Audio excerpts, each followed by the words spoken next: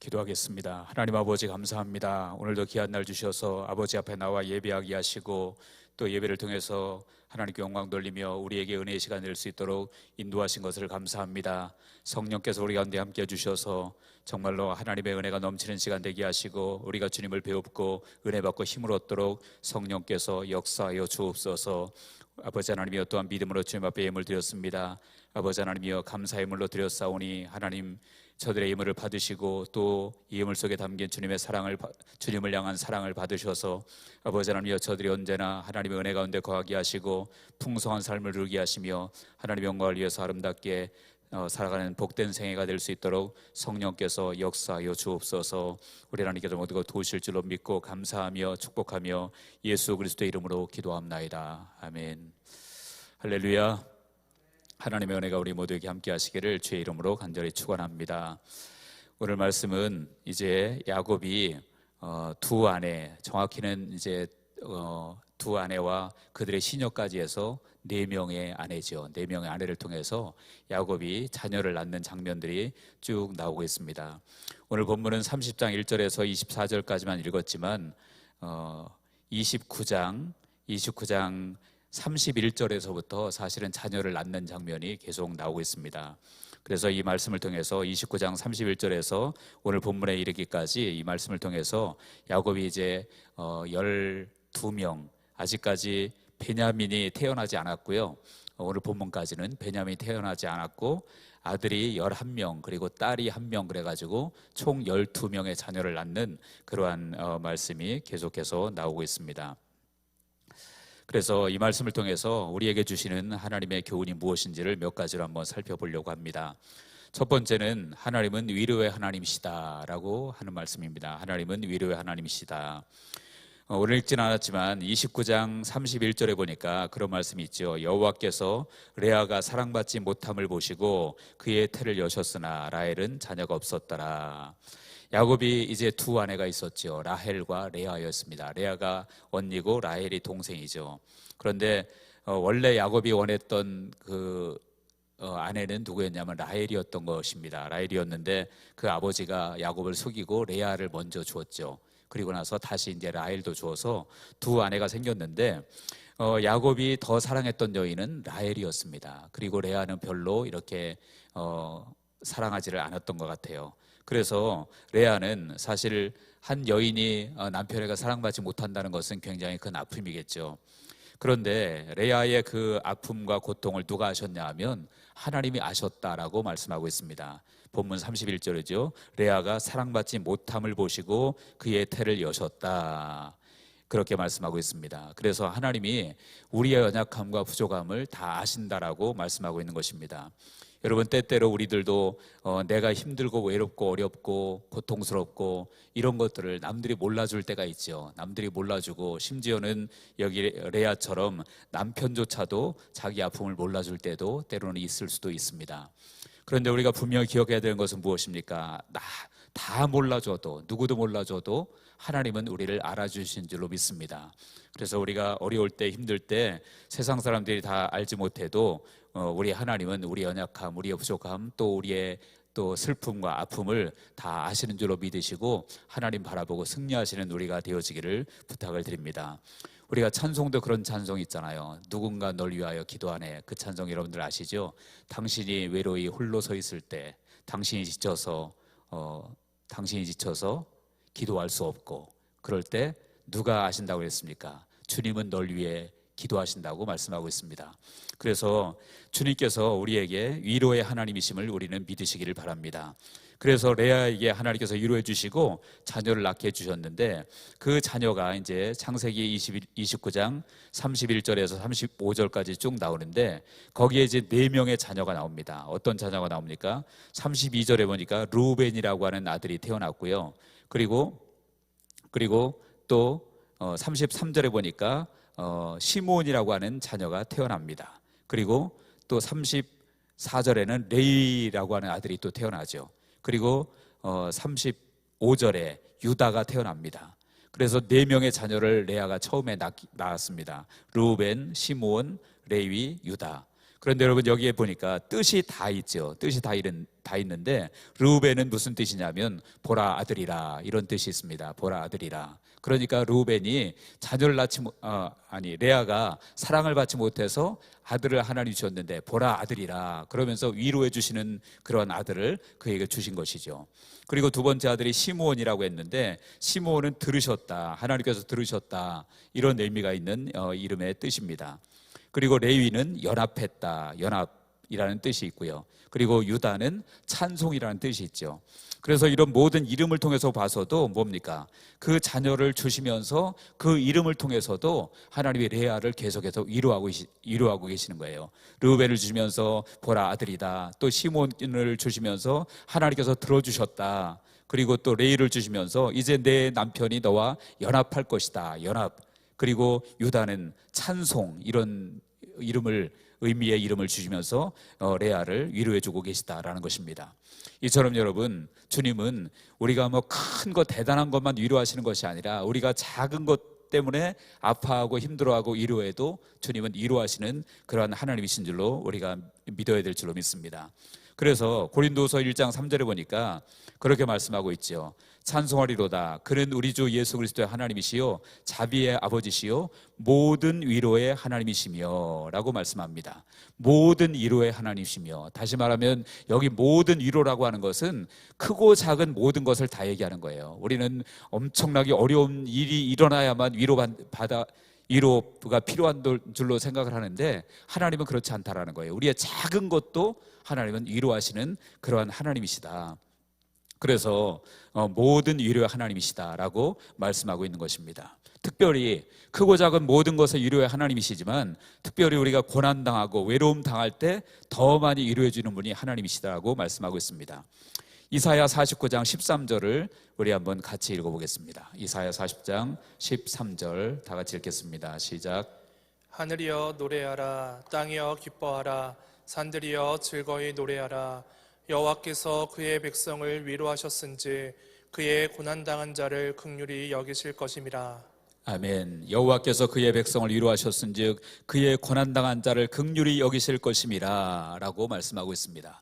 그래서 하나님은 고난당하고 또 힘들고 어려운 자들을 위로하시고 계시는 그런 하나님이시다라고 말씀하고 있는 것입니다. 그래서 여러분들 우리가 정말 힘들고 어려울 때 사람으로부터 위로받는 것도 힘이 됩니다. 그것도 틀림없이 힘이 되겠죠.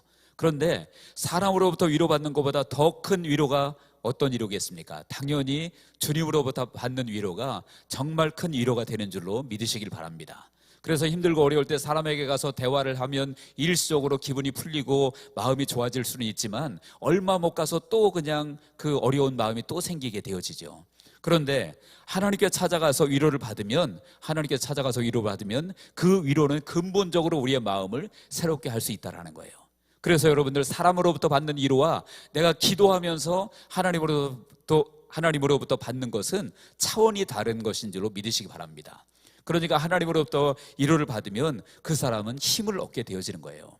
예전에 어떤 그 간증을 들은 적이 있는데 어떤 사람이 이제 자살을 하려고 시도를 하고 길을 걷고 있다가 교회를 다니는 사람도 아니었어요. 교회를 다니는 사람도 아니었고 예수 믿는 사람도 아니었는데 그냥 이제 오늘 죽어야 되겠다. 어떻게 죽을까 생각하다가 강에서 뛰어내려 죽을까 아니면 차에 뛰어들어 죽을까 고민을 하다가 길을 걷고 있는데 한 번도 보이지 않았던, 평소에 자주 다녔던 길인데도 한 번도 보이지 않았던 교회 십자가의 불빛이 보이더래요.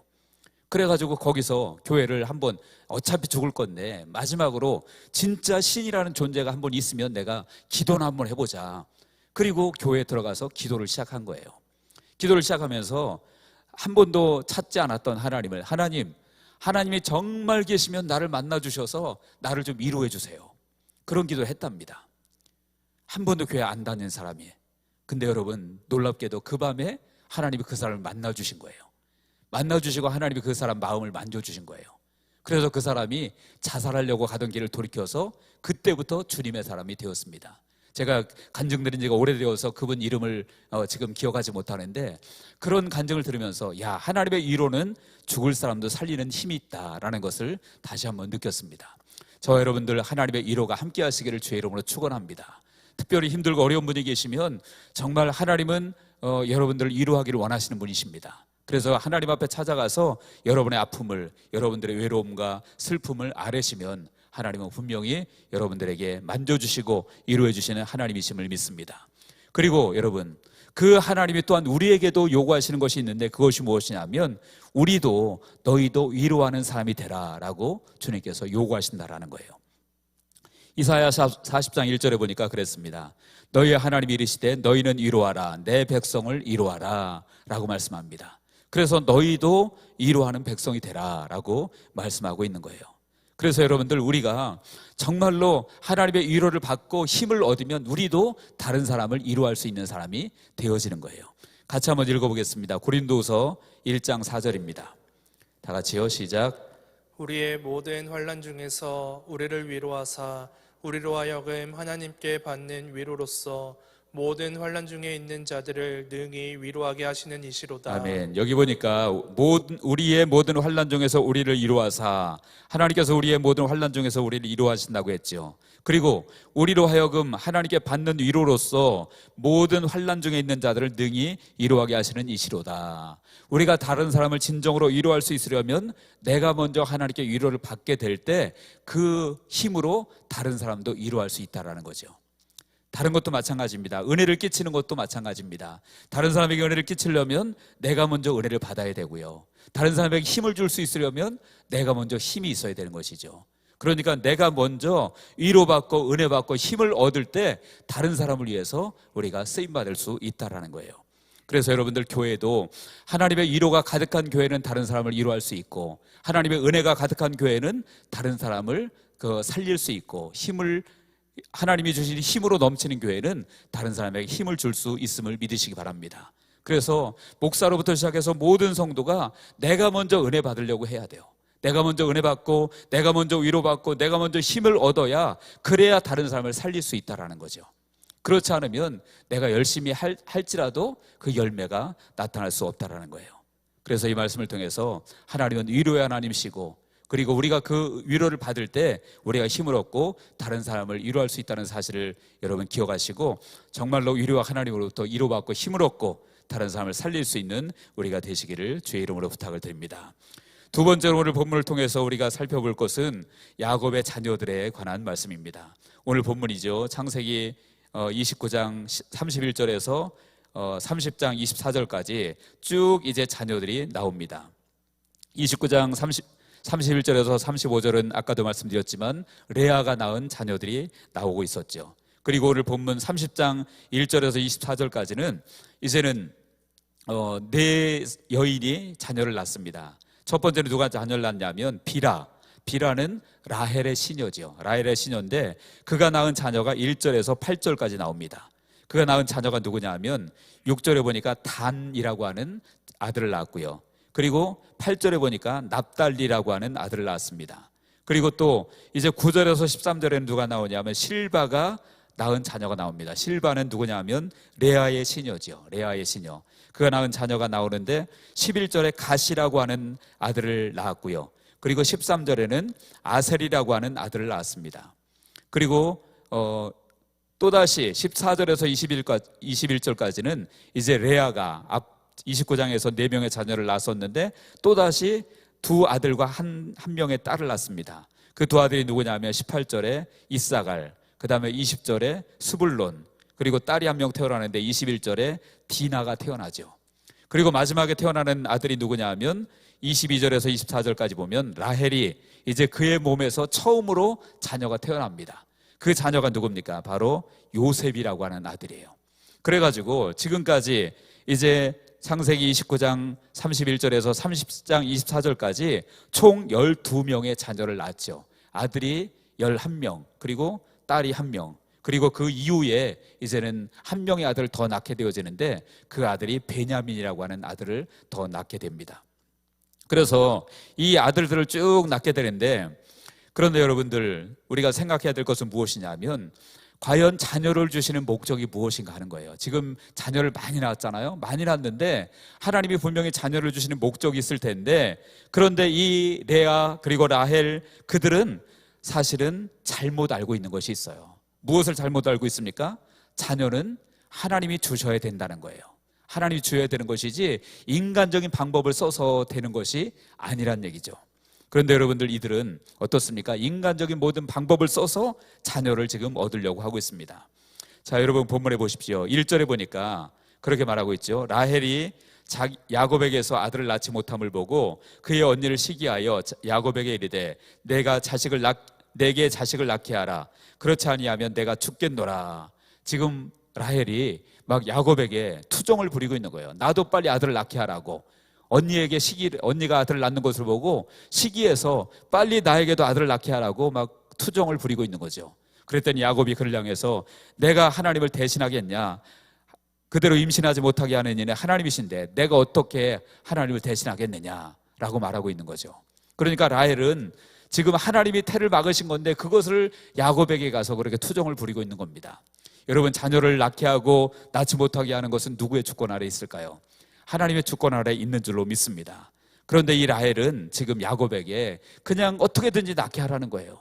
그게 뭐 야곱이 싫어서 아들을 안 낳게 하려고 그러는 것도 아니고 억지로 되는 것이 아님에도 불구하고 그들이 그렇게 하고 있다는 거예요.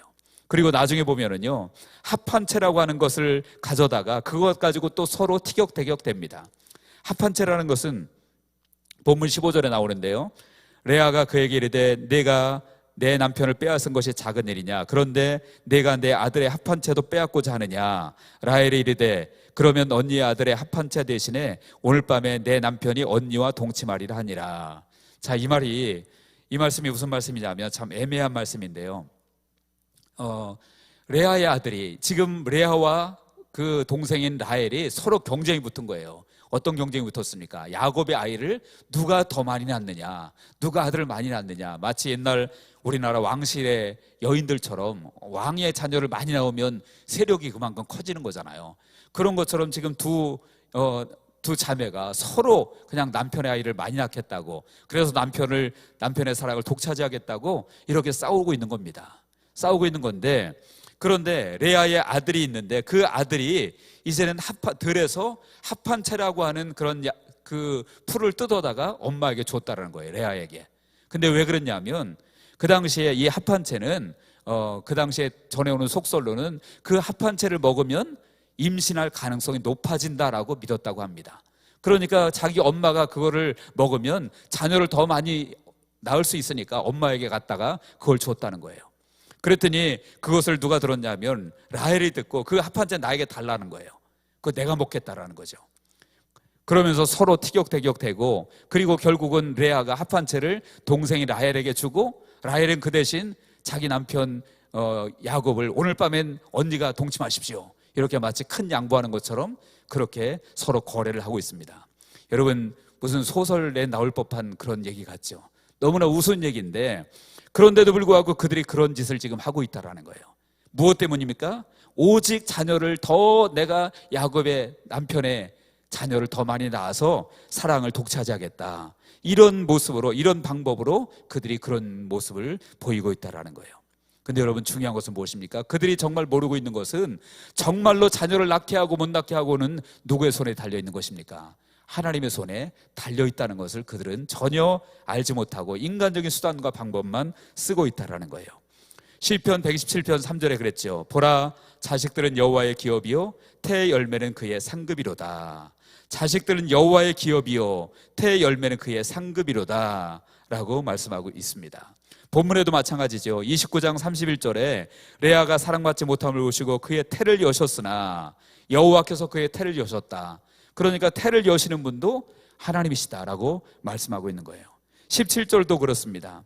하나님이 레아의 소원을 들으셨으므로 그가 임신하여 다섯째 아들을 야곱에게 낳은지라 라고 말씀하고 있고, 22절에도 하나님이 라헬을 생각하신지라 하나님이 그의 소원을 들으시고 그의 태를 여셨으므로. 여러분, 여기 보니까 17절과 22절에는 동일한 내용이 나오죠. 하나님이 그의 소원을 들으시고, 그러니까 그들이 기도했을 때 자녀를 주셨다는 거예요. 그러면 처음부터 이상한 거 하지 말고 그냥 기도하면서 하나님께 구하면 될 텐데 그들은 인간적인 방법을 썼다, 그런 얘기예요. 그러니까 여러분들, 자녀를 얻고 못 얻고는 하나님의 손에 달려있는 줄로 믿습니다. 그리고 더 중요한 것은 무엇이냐면 하나님께서 자녀를 주신 목적이 무엇인지 그들은 지금 잘못 착각하고 있다는 거예요. 이들은 지금 자녀를 낳기를 원하는 이유가 뭡니까? 어떻게든지 남편의 자녀를 많이 낳아서 내 세력을 키우고 그리고 남편의 사랑을 내가 독차지하겠다. 오직 그 목적밖에 없는 거예요. 그러니까 자녀들이 그들이 이 세상에 태어나서 잘 살고 하나님 뜻대로 살고 믿음으로 살고 이런 거는 별로 관심이 없습니다. 그냥 어떻게든지 많이 나가지고 남편 사랑 독차지하는 거, 그거밖에 없다라는 거예요. 그러니까 여러분들 이름도 보세요. 이름도 보면 정말 그의 이름들이 6절에 보면 단이라고 하는 뜻은 무슨 뜻이냐면 이게 이제 라헬의 시녀인 비라가 낳은 아들이잖아요. 그런데 그 뜻이 뭐냐면 억울함을 풀어주셨다. 드디어 내가 아들을 낳았어. 그러니까 억울함을 풀어주셨어. 아들을 통해서 자기 억울함을 풀리려고 했다는 거예요. 그 다음에 납달리라는 뜻은 경쟁에서 이겼다. 그러니까 자녀의 이름조차도 형과 싸워서 이기는 거기에만 모든 초점이 되어져 있다라는 거예요. 그러니까 여러분들 이 모든 상황이 이 두 자매가 라헬과 레아가 자녀를 낳기를 경쟁하는 이유는 그냥 그들이 믿음으로 하나님의 뜻을 이루기 위해서 생육하고 번성하기 위해서가 아니고 그들의 목적에는 물론 그 수면 이면에는 하나님의 섭리하심이 있었겠지만 그 인간들의 마음속에는 오직 욕심밖에 없었다는 거예요. 근데 여러분 사실 이것이 단순히 레아와 라헬에게만 그럴까요? 사실은 우리에게도 자녀를 나의 욕심, 내 목적을 채우려는 수단으로 이용하는 경우가 참 많이 있는 것 같아요. 우리 부모들에게 그런 경우가 많이 있는 것 같아요. 그래서 아이들을 자기 욕심에 따라 키우고 그리고 자기의 목적을 자식을 통해서 이루려고 하고 이런 것들이 우리에게 참 많이 있잖아요. 근데 여러분 자녀는 누구의 것입니까? 자녀는 내 것이 아닌 줄로 믿으셔야 됩니다. 자녀는 내 것이 아니라 누구의 것입니까? 하나님의 자녀인 것을 우리는 인정을 해야 돼요. 자녀뿐만 아니라 내게 있는 내 눈앞에 있는 모든 것이 다 누구의 것입니까? 다 하나님의 것이죠. 그런데 더군다나 인격체인 사람을 내 것으로 만든다는 것은 그것은 잘못된 거란 거예요. 그래서 에베소서 6장 4절에 보면 그런 말씀이 있습니다. 또 아비들아 너희 자녀를 노엽게 하지 말고 오직 주의 교훈과 훈계로 양육하라 그럽니다. 왜 자녀를 노엽게 하죠? 부모들이 말로는 그래요. 내가 너를 사랑하니까 그러지, 너 잘 되라고 그러지. 근데 정말 그런가요? 저도 솔직히 우리 아이들 어렸을 때 많이 그랬어요. 많이 혼내기도 하고 때려주기도 많이 하고 그러면서 항상 얘기가 달래면서 내가 너 위해서 그러지 누구 위해서 그러냐. 물론 그런 마음도 없지는 않았겠지만 실제로 막 혼내고 또 때려주고 그럴 때는 진짜 위해서 그런 마음보다는 감정으로 그럴 때가 훨씬 많았던 것을 고백할 수밖에 없어요. 또 막 야단치고 혼내다 보면 또 감정이 더 올라오잖아요, 이상하게. 그래가지고 막 그래놓고 나중에 미안하니까 자기 미안한 마음 좀 어떻게 해보려고 내가 너 위해서 그런 거다. 또 이제 그렇게 합리화를 시킵니다. 여러분들 주님은 아십니다. 우리 자녀를 우리가 어떻게 대해야 하는지 다 아셔요. 그래서 주님께서 말씀하시는 거예요. 노엽게 하지 말고. 여러분 자녀들도 다 알아요. 우리가 정말로 인격적으로 자녀를 위해서 혼내는 거하고 감정으로 혼내는 거하고 자녀들이 알까요 모를까요? 다 압니다. 그래서 정말 사랑으로 양육하고 혼을 내는 건 자녀들도 노여워하지 않아요. 알기 때문에. 그런데 부모가 감정으로 하는 것은 자녀들도 알기 때문에 그 마음에 노여움이 남을 수밖에 없는 거예요. 그리고 그것이 쌓이면 분노로 쌓일 수밖에 없는 것이죠. 그래서 분노가 가득 찬 아이로 그렇게 자라갈 수밖에 없다라는 거예요. 그래서 주님께서 너희 자녀를 노엽게 하지 말고 오직 주의 교훈과 훈계로 양육하라 라고 말씀합니다. 내 거면 내 마음대로 할 수 있겠죠. 그러나 내 것이 아니고 하나님의 자녀이기 때문에 그렇게 말씀하고 있는 것입니다. 레아와 라헬이 자기 목적, 자기 욕심 때문에 자녀를 낳고 자녀 이름까지도 그렇게 지었는데 우리들도 때때로 그런 모습이 없는지 우리가 돌아봐야 됩니다. 우리의 자녀는 결코 나의 자녀가 아니고 하나님의 자녀인 것을 우리가 기억해야 돼요. 그래서 우리가 하나님께서 우리에게 맡겨주신 자녀를 어떻게 키워야 되겠습니까? 하나님의 자녀답게 키워야 되고요. 하나님의 자녀답게 그들을 믿음으로 양육해야 될 줄로 믿습니다. 신명기 6장 6절 7절을 같이 한번 읽어보도록 하겠습니다. 시작. 오늘 내가 내게 명하는 이 말씀을 너는 마음에 새기고 내 자녀에게 부지런히 가르치며 집에 앉았을 때에든지 길을 갈 때에든지 누워 있을 때에든지 일어날 때에든지 이 말씀을 강론할 것이며. 아멘. 오늘 내가 내게 명하신 이 말씀을 너는 마음에 새기고 내 자녀에게 부지런히 가르치며 집에 앉았을 때든지 길을 갈 때든지 누워 있을 때든지 일어날 때든지 말씀을 강론할 것이며, 자녀에게 하나님의 말씀을 부지런히 가르치라고 말하고 있습니다. 누구의 자녀이기 때문에 그런가요? 하나님의 자녀이기 때문에. 그리고 그것이 하나님의 영광을 위한 길일 뿐만 아니라 더 나아가서는 그 자녀를 위한 길이기 때문에 그렇습니다. 오늘날도 마찬가지죠. 하나님의 말씀으로 양육된 자녀가 세상을 바꾸는 자녀가 될 수 있습니다. 여러분들이 많이 들어보셨겠지만 전 세계에서 노벨상을 가장 많이 받은 민족이 어느 민족이죠? 유태인들이에요. 유태인들의 숫자는 전 세계에서 얼마 되지 않습니다. 너무 적은 소수예요.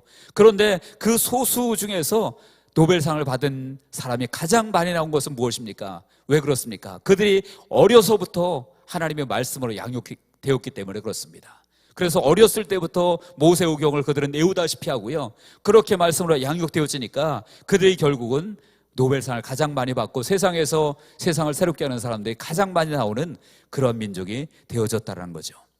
에베소서 2장 7절에도 그랬습니다. 이는 그리스도 예수 안에서 우리에게 자비하심으로써 그 은혜의 지극히 풍성함을 오는 여러 세대에 나타내려 하심이라. 하나님의 은혜를 오는 여러 세대, 앞으로 우리 후손들 여러 세대에 하나님의 자비하심을, 주님의 자비하심을 나타내야 된다라고 말씀하고 있는 거예요. 그래서 자녀를 주시는 목적은 나의 소유물로 주신 것도 아니고, 그리고 나의 욕심을 채우라고 내 목적을 자녀를 통해서 이루라고 주신 것이 아니라는 거죠. 그 자녀는 하나님의 자녀이고 하나님의 뜻을 따라 양육하라고 하나님께서 우리에게 맡기신 것뿐인 것을 우리는 기억해야 될 것입니다. 이제 말씀에 결론 맺습니다. 여러분, 오늘 말씀을 통해서 주님께서 우리에게 말씀하시는 것은 하나님은 위로의 하나님이시다. 힘들고 어렵고 외롭고 지치고 고날 때 우리를 찾아와 주시는 분 오직 주님이심을 믿으시기 바랍니다.